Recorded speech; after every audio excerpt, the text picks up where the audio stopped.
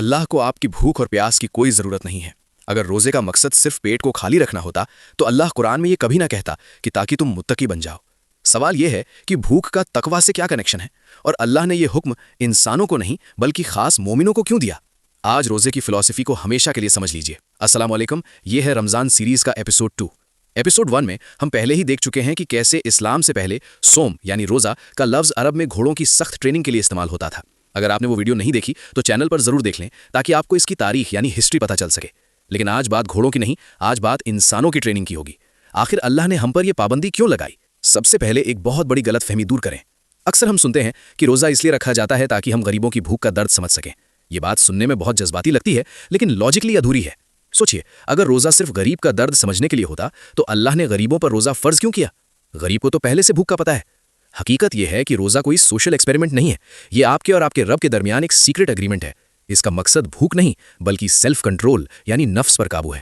جب اللہ نے روزہ فرض کیا تو سورہ بقرہ میں آیت 183 میں فرمایا، یا ایھا الذین آمنو یعنی اے ایمان والو۔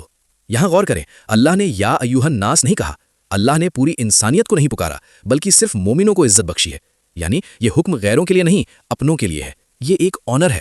اللہ کہہ رہا ہے، اے وہ لوگوں جو مجھ پر یقین رکھتے ہو، تم پر روزے فرض کیے گئے جیسے تم سے پہلے لوگوں پر فرض تھے، اور آخر میں مقصد بتایا لعلکم تتقون یعنی تاکہ تم متقی بن جاؤ۔ اب یہ متقی کیا ہے؟ عربی میں تقوی کا لفظ اتقاء سے نکلا ہے، جس کا مطلب ہوتا ہے بچنا یا خود کو روک لینا۔ ایک متقی وہ نہیں جو صرف ڈرتا رہے، بلکہ متقی وہ ہے جس کے اندر گاڈ کانشیسنس یعنی اللہ کا احساس اتنا گہرا ہو کہ وہ گناہ سے خود کو بچا لے۔ اسے اس گھوڑے کی مثال سے جوڑیے۔ گھوڑے کو شاریرک یعنی فزیکل بھوک سے روکا جاتا تھا تاکہ وہ جنگ میں باغی نہ بنے۔ انسان کو روحانی یعنی اسپرچول بھوک سے روکا جاتا ہے تاکہ وہ شیطان کے آگے باغی نہ بنے۔ تقوی بس ایک ہی چیز کا نام ہے، بنا دیکھے یقین کرنا کہ میرا رب مجھے دیکھ رہا ہے۔ جیسے جون کی سخت گرمی ہے، آپ کمرے میں اکیلے ہیں، فریج میں ٹھنڈا پانی ہے، کوئی کیمرہ نہیں، کوئی انسان نہیں، گلا سوکھ رہا ہے لیکن آپ پانی نہیں پیتے۔ کیوں؟ کیونکہ آپ کے دل میں یہ تقوی ہے کہ میں دنیا سے چھپ سکتا ہوں لیکن میرے اللہ سے نہیں۔ یہی روزہ ہے۔ جب آپ اللہ کے لیے حلال پانی چھوڑ دیتے ہیں تو آپ دراصل اپنے نفس کو ٹریننگ دے رہے ہوتے ہیں کہ جب میں اللہ کے لیے حلال چھوڑ سکتا ہوں تو میں حرام یعنی جھوٹ، غیبت، چوری کیسے کر سکتا ہوں؟ تقوی ماتھے پر نہیں دل میں ہوتا ہے۔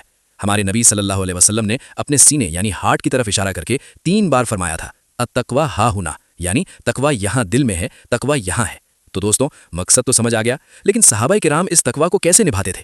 اگلے ایپیسوڈ میں ہم جانیں گے لا آف فاسٹنگ کہ روزہ کس پر فرض ہے، کون چھوڑ سکتا ہے، بیماری یا سفر، اور صحابہ اپنے بچوں کو روزے کی ٹریننگ کیسے دیتے تھے۔ یہ ایپیسوڈ 3 بہت ضروری ہونے والا ہے۔